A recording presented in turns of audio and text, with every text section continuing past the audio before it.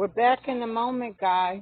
Like I was saying to you, my life is a series of events and experiences. They make up who I am and who I'm becoming. They tell a story. Like Lisa Nichols said, there's a story that only I can tell. And it's unfolding before you. It's unfolding before me. How I process it can make for some awesome storytelling. But I'm not going to shortchange my story.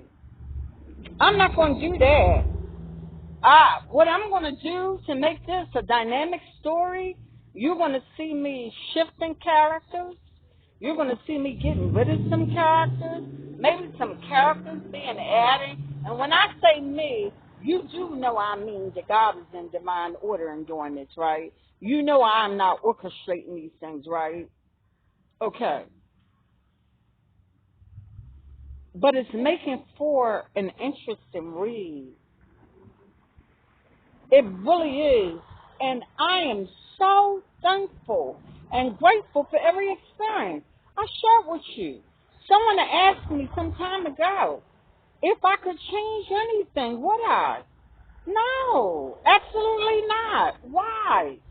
One thing would alter another. It's all for my good, guys. The years of domestic issues, the loss of life.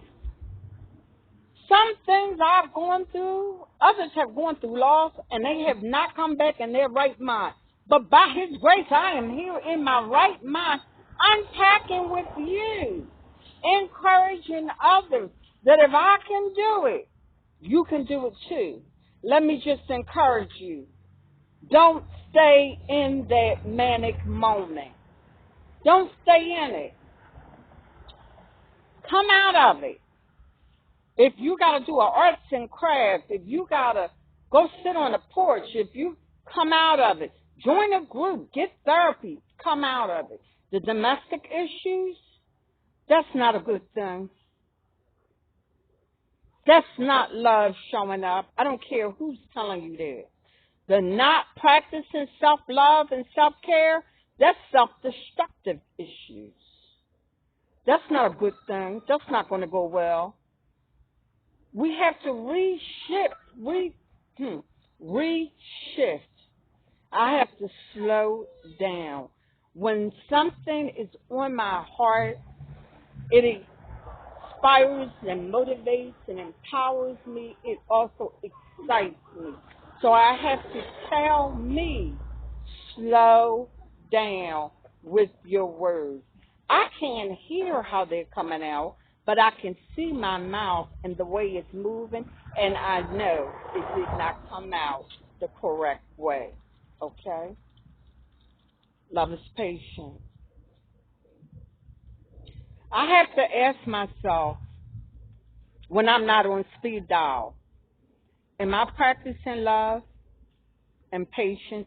There are some times when I'm being selfish in my moment, and there are some times when I'm trying to be self-full in my moment.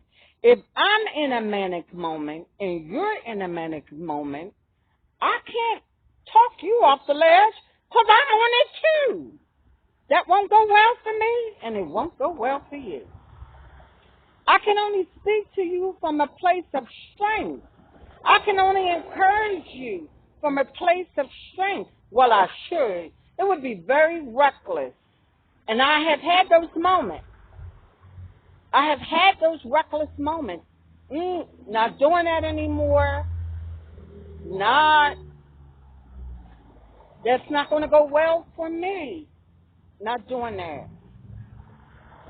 I am practicing self-love and self-care. And a part of self-love and self-care is saying to someone, oftentimes myself, time out, stop, think, what are you doing? Why? For what reason is that rational thought? Think it over. Try it again. Is it a fail or is it a setback? Was it well planned and well thought out? Who told you that's what you were supposed to do? See, right now, I got a little one, okay?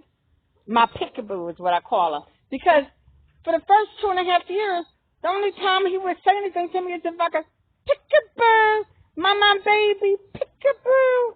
You remember that game, guys? So I call him my peekaboo. Well, my peekaboo says a whole lot now. Sometimes I'm like, oh, peekaboo, okay.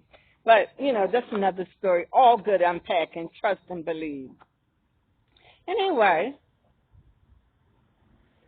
he loves to drive, okay? Whenever his father or his mother leave us in a car together, I tell my peekaboo the story about when his father was 2 and he thought he could drive. And his father, which would be his father's father, his grandfather, left the keys in the car with me and this 2-year-old busybody. Okay? He's busier than the bee. He was busy like that in the womb. That's why he survived. Ethan, his brother, didn't. He named his son Ethan to honor his brother. That's why my peekaboo is my peekaboo, for that and so many other reasons. Another story, another unpacking, not this one, okay? Back on track, Lorraine. See, sometimes I have to talk to myself while unpacking with you. My Ethan believes he can drive, like his father. So I tell Ethan the story of what happened when his 2-year-old father decided he was going to turn the car on. I said, we're going to be rolling down this hill. I hope somebody here is holler, because I don't know how to turn a car on or off. Why do I tell Ethan that story?